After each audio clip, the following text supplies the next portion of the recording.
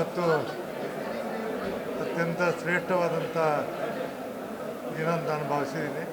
ಆಜಾದ್ ಭಾರತ್ ಸಿನಿಮಾವನ್ನು ಪ್ರಾರಂಭ ಮಾಡಿ ನೇತಾಜಿಯವರ ಬಗ್ಗೆ ಈಗಿನ ಬರುವಂಥ ದಿನಮಾನಗಳಲ್ಲಿ ಮಕ್ಕಳು ನೇತಾಜಿ ಯಾರು ಅನ್ನೋದನ್ನು ಮರೆಯುವಂಥ ಕಾಲಿದೆ.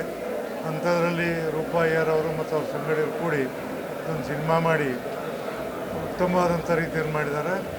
ಇದರ ಓಪನಿಂಗ್ ಇದಕ್ಕೆ ನಾನು ಹೋಗಿದ್ದೆ. ಇದನ್ನು ಪ್ರಾರಂಭ ಮಾಡುವಾಗ ಅವತ್ತು ನಾನು ಮಾತಾಡಿದ್ದೆ, ಇವತ್ತೇನು ಸಿನಿಮಾಗಳು ಬರ್ತಾವೆ, ಇವತ್ತಿನ ದಿನ ಮಕ್ಕಳಿಗೆ ಬರೀ ಎಂಟರ್ಟೈನ್ಮೆಂಟ್ ಬೇಕು, ಇಂಥ ಸಿನಿಮಾ ನೋಡೋದಿಲ್ಲ.